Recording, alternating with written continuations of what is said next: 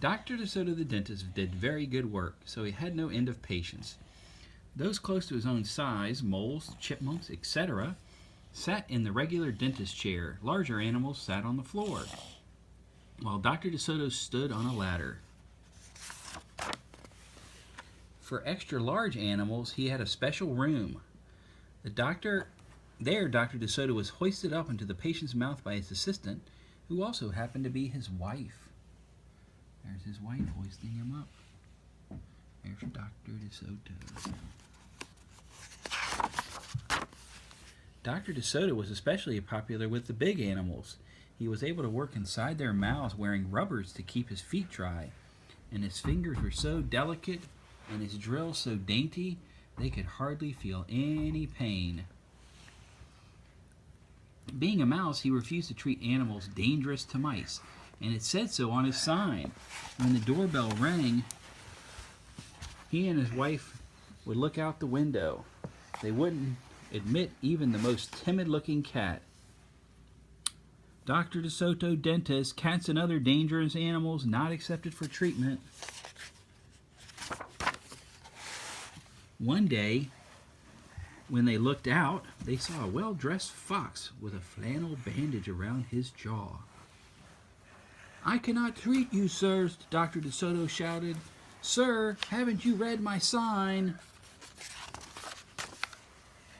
"Please," the fox wailed, "have mercy, I'm suffering." And he wept so bitterly it was pitiful to see. Pain.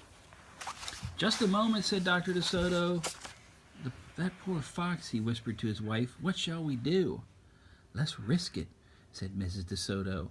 She pressed the buzzer and let the fox in. He was up the stairs in a flash. "Bless your little hearts," he cried, falling to his knees. "I beg you, do something. My tooth is killing me." "Sit on the floor, sir," said Dr. Desoto, "and remove the bandage, please." There he is, scrubbing his hands. Dr. Desoto climbed up the ladder and bravely entered the fox's mouth. "Ooh, ow," he gasped. The fox had a rotten bicuspid and unusually bad breath. "The tooth will have to come out," Dr. Desoto announced, "but we can make a new one." "Just stop the pain," whimpered the fox, wiping some tears away. Despite his misery, he realized he had a tasty little morsel in his mouth, and his jaw began to quiver. "Keep open," yelled the Dr. Desoto. "Wide open," yelled his wife. "I'm giving you gas now," said Dr. Desoto. "You won't feel a thing when I yank the tooth." Soon the fox was in dreamland. Yummy," he mumbled. "How I love them raw, with just a pinch of salt and a dry white wine." They could guess what he was dreaming about. Mrs. Desoto handed her husband a pole to keep the fox's mouth open. Dr. Desoto fastened his extractor to the bad tooth. Then his wife began turning the winch. Finally, with a sucking sound, the tooth popped out and hung swaying in the air.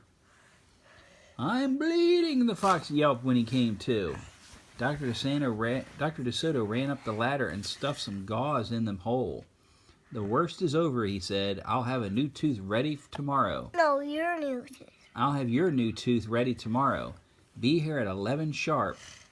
The fox, still woozy, said goodbye and left. On his way home, he wondered if it would be shabby of him to eat the Desotos when the job was done. After office hours, Mrs. Desoto molded a tooth of pure gold and polished it. "Raw with salt indeed," muttered Dr. Desoto. "How foolish to trust a fox." "He didn't know what he was saying," said Mrs. Desoto. "Why should he harm us? We're helping him." "Because he's a fox," said Dr. Desoto. "They are wicked, wicked creatures." That night, the Desotos lay awake, worrying. Should we let him in tomorrow? Mrs. Desoto wondered. "Once I start a job," said the dentist, "I finish it. My father was the same way." "But we must do something to protect ourselves," said his wife. They talked and talked until they formed a plan. I think it will work, said Dr. Desoto. A minute later, he was snoring. The next morning, promptly at 11, a very cheerful fox turned up. He was feeling not a particle of pain. When Dr. Desoto got into his mouth, he snapped it shut for a moment, then opened wide and laughed. "Ah, just a joke," he chortled.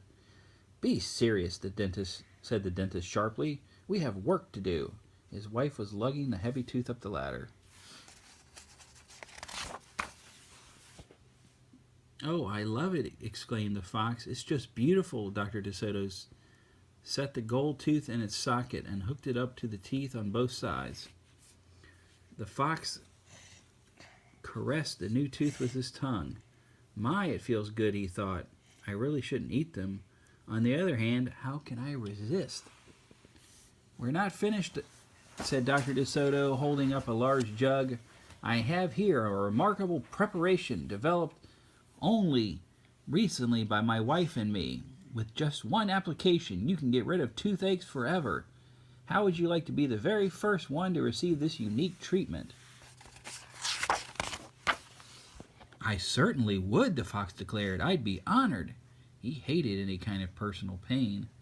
"You will never have to see us again," said Dr. Desoto. "No one will ever see you again," said the fox to himself. He had definitely made up his mind to eat them with the help of his brand new tooth. Dr. Desoto stepped into the fox's mouth with a bucket of secret formula and proceeded to paint each tooth. He hummed as he worked. Mrs. Desoto stood on the ladder, pointing out spots he had missed. The fox looked very happy. When the dentist was done, he stepped out. "Now close your jaws tight," he said, "and keep them closed for a full minute." The fox did as he was told.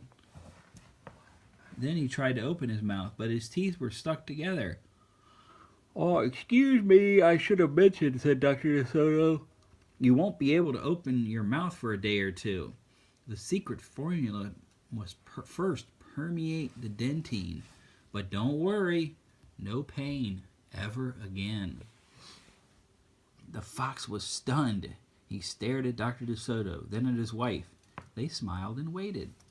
All he could do was say, "Thank you very much," through his clenched teeth, and get up and leave. He tried to do so with dignity.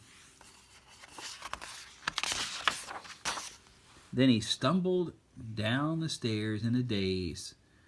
Dr. Desoto and his assistant had outfoxed the fox. They kissed each other and took the rest of the day off.